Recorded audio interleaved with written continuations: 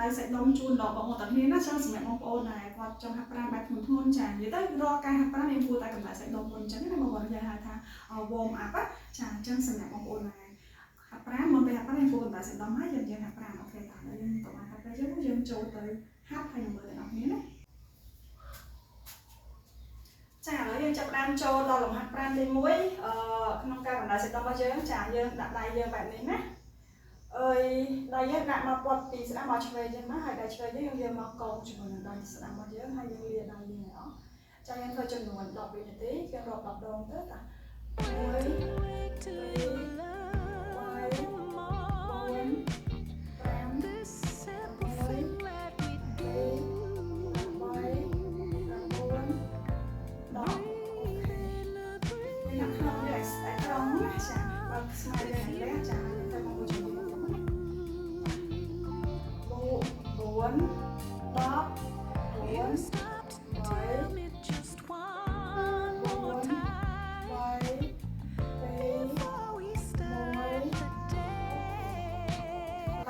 យើងឈរដាក់ដងខ្លួនយើងឲ្យត្រង់ដូចគ្នាណាហើយបន្ទាប់មកយើងយកដៃចុងដៃយើងដាក់មកចំខ្នងពាក់កណ្ដាលខ្នងរបស់យើងហើយយើងយកដៃមកចំនេះទៀតណាទេបែបនេះណាតោះយើងចាប់រាប់រាប់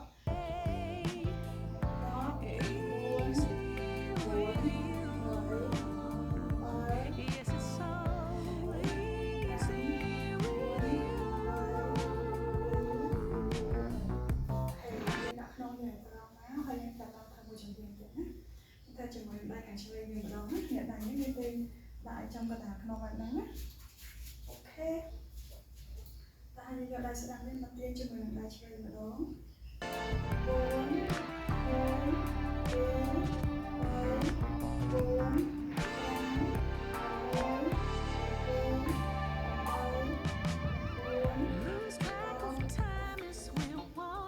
ចូលមកដល់ក្បាច់ទី1យើងដាក់ឈរឲ្យត្រង់ខ្លួនដូចគ្នាចាបន្ទាប់មកយើងយកដៃយើង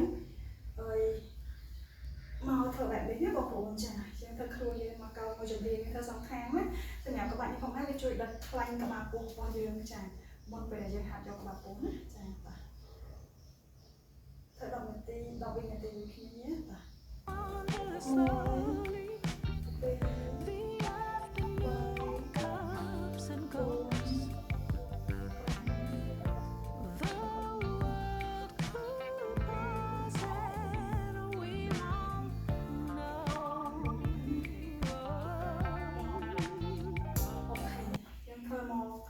មួយចំណុចទៀតដែលខាងឆ្វេងម្ដងយើងធ្វើដូចគ្នាយើង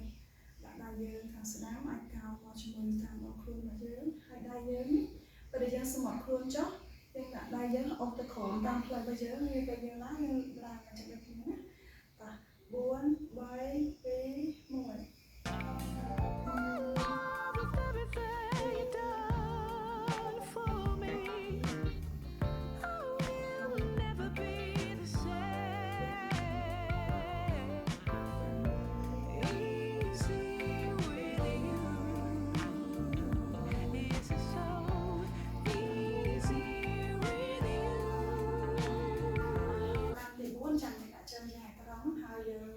នេះគឺជាកម្ដៅសាច់ដុំ warm up ផ្នែកជើងរបស់យើងជង្គង់របស់យើងហើយយើងបបិទបែបនេះចាជារង្វង់មូលចំនួន5ដងទៅឆ្វេងចំនួន5ដងទៅស្ដាំណាអូខេបាទ3 2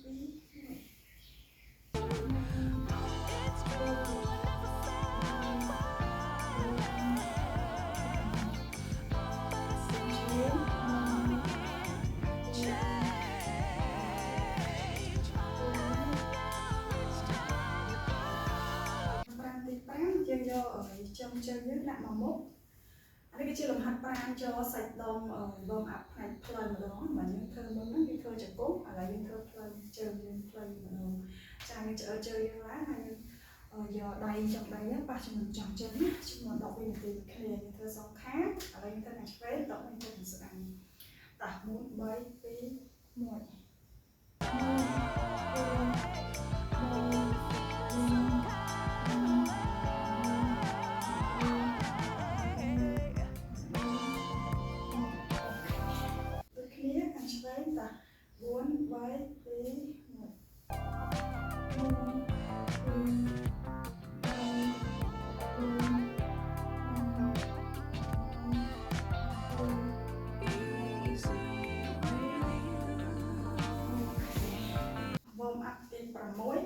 គឺយើងមិញយើងធ្វើសាច់ដុំផ្លែផ្នែកខាងមុខឥឡូវមកសាច់ដុំផ្លែផ្នែកខាងក្រោមម្ដងណា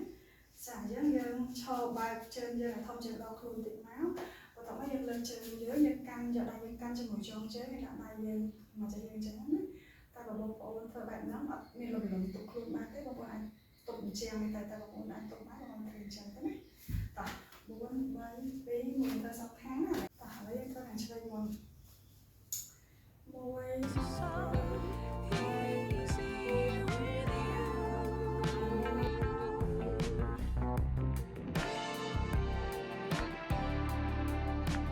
យើងចាប់ផ្ដើមដូរទៅសងខាងមួយចំហៀងទៀតណាទៅដូរទៅខាងឆ្វេងម្ដងតោះអូខេយើងចាប់